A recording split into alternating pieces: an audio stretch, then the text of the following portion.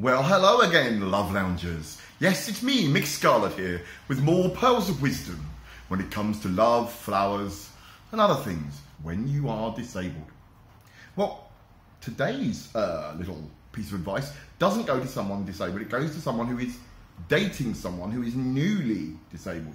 When I say dating, sadly, I mean ex-dating, because Maureen has written to us and basically has said that her partner was diagnosed recently with a chronic condition, and he has ended the relationship. He has said that, that's it, I can't cope. And she wants to know, what do I do? Do I just say, okay, fine, get on with it? But she loves him. Do I fight to stay with him, or do I sort of stay there and be his friend and support him and hope that he comes back? To answer this, I'm afraid I'm going to have to go into the nitty and gritty of being told that you are one of the disabled gang. Because I don't think anyone that isn't disabled or has gone through that can really imagine what it's like. I'm a bit weird. I was disabled as a child. But then when I hit my mid-teens, I acquired a new impairment and became a wheelchair user. Look, wheels.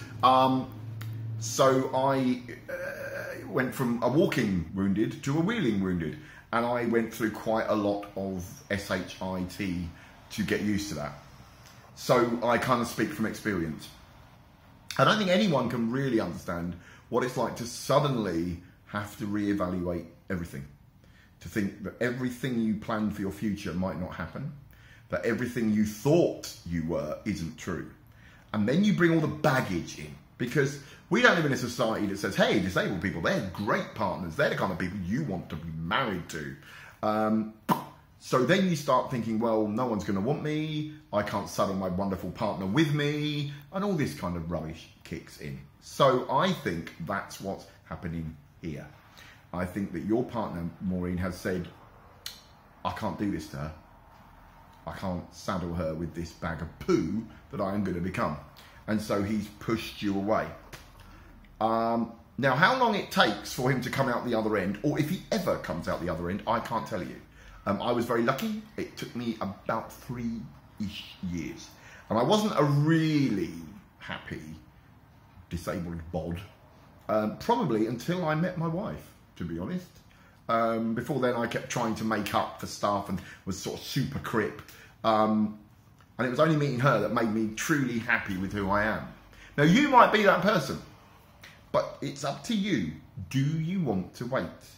Can you spend years of your life waiting for someone to hopefully fall back in love with the new person they are?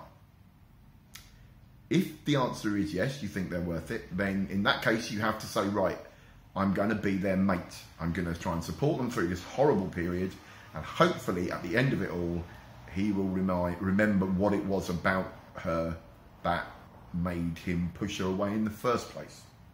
Then, sorry, I never know where to look with these things because I'm looking at my camera now, I don't look like a... Now I'm looking at the camera. I have no idea what I'm doing, but anyway, blimmin' selfie cameras are horrible. Anyway, so he hopefully will fall back in love with you. But he may also not. He may find someone new. Or he may never get to that place where he's ready to fall in love. I don't know. So it's kind of up to you.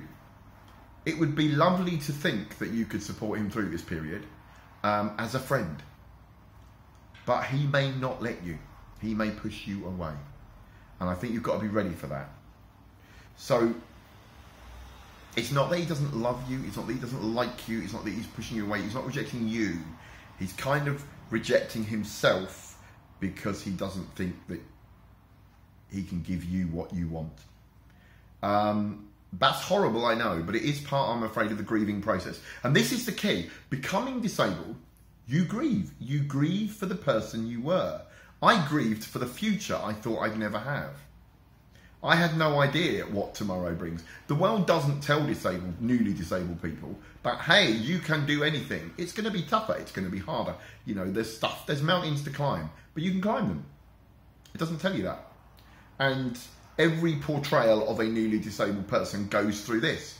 as an actor, I stopped acting because I got fed up with playing suicidal new wheelchair user, who was telling his wife to leave him because he wasn't a man anymore. So that's the stereotype that he's bringing to this issue. So yeah, your choices are wait, support him, hope. Or wait, don't support him because he might push you away, and then you wait and hope he comes back, you know, like the Sting song. Or to just say, well, that's terrible, move on, and maybe in the future you meet up again and it all clicks. I don't know. I can't really tell you the answer to this because it's such an individual thing. Becoming disabled and coming to terms with that newly acquired impairment is such a journey that, to be honest, I know some people that got on with it great, and I know others that are still grieving 30 years later. So, yeah, I don't know. Those are your three choices, like you already knew, and it's kind of up to you. I don't think he will thank you if you pressure him to take you back. So offering a shoulder to cry on if he needs it, offer him love if he wants it, put him in the driver's seat if you want to. But you've got to remember this is your life too, isn't it? It's not just him, it's you. And do you want to wait? If you do, brilliant.